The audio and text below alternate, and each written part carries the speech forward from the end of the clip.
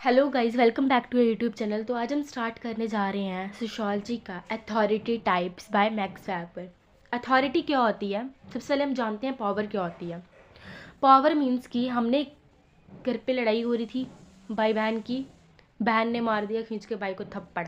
ठीक है, ये मेरी वो उसने अपनी पावर दिखाई, हाँ भाई मैं डरती थोड़ी देर से, समथिंग लाइक दैट, है ना। वो हम करते हैं ऐसे, जो हमारी रियल लाइफ में होता है। पावर होगी वो चीज़। अब अथॉरिटी क्या होती है? अथॉरिटी हम कह सकते हैं कि अगर जैसे भाई बहन ने तो लड़ लिया, चलो वो तो नॉर्मल घर की बात थी, वो घर पे रहेगी। अब हम जैसे आप ही हो कि आप किसी को भी थर्ड पर्सन को जाकर सोसाइटी के अंदर थप्पड़ या कुछ भी मार सकते हो। आपके पास उस चीज़ को करने के लिए, अगर आपको वो चीज़ करनी है तो उसके लिए आपको क्या करना पड़ेगा? सबसे पहले अथॉरिटी होनी चाहिए आपके पास। फॉर एग्जांपल एक पुलिस मैन है, उसके पास गन है कि अगर कोई भी क्रिमिनल उसको दिखे वो मार सकता है, उसके पास उस चीज़ की क्या है? अथॉरिटी है। बट जब तक उसके पास अथॉरिटी कैसे है?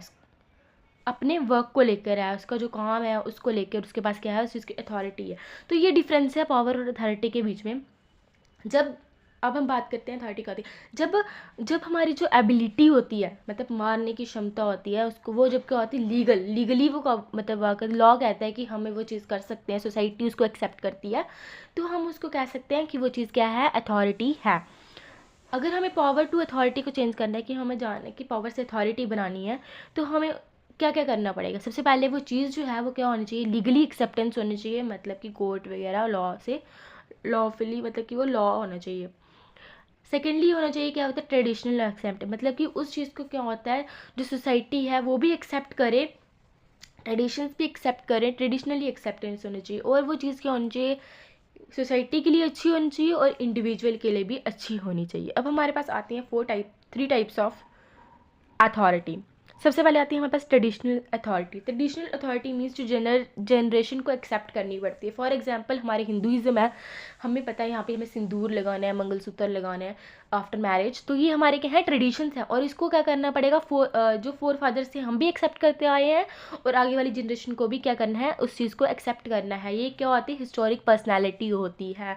अब ये चीज़ हमें करनी ही करनी है, ठीक है। अब आती है नेक्स्ट हमारे पास चेरिस्मेटिक अथॉरिटी।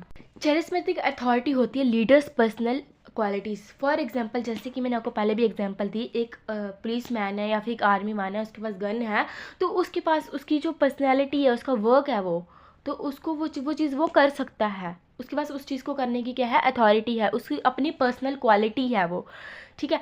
और इसकी क्या, ये क्यों होती हैं? डायनामिक पर्सनैलिटीज़ होती हैं।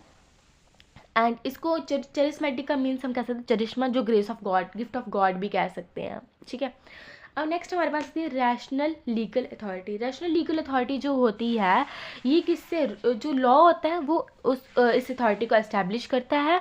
For example no position means no authority, मतलब कि अगर एक बंदे की कोई पोजीशन नहीं है, अगर मतलब उस चीज़ वो जॉब कर रहा है, अगर वही आर्मी और पुलिस वाली एग्जांपल ही आ जाती है इसमें भी, कि उसके पास क्या है?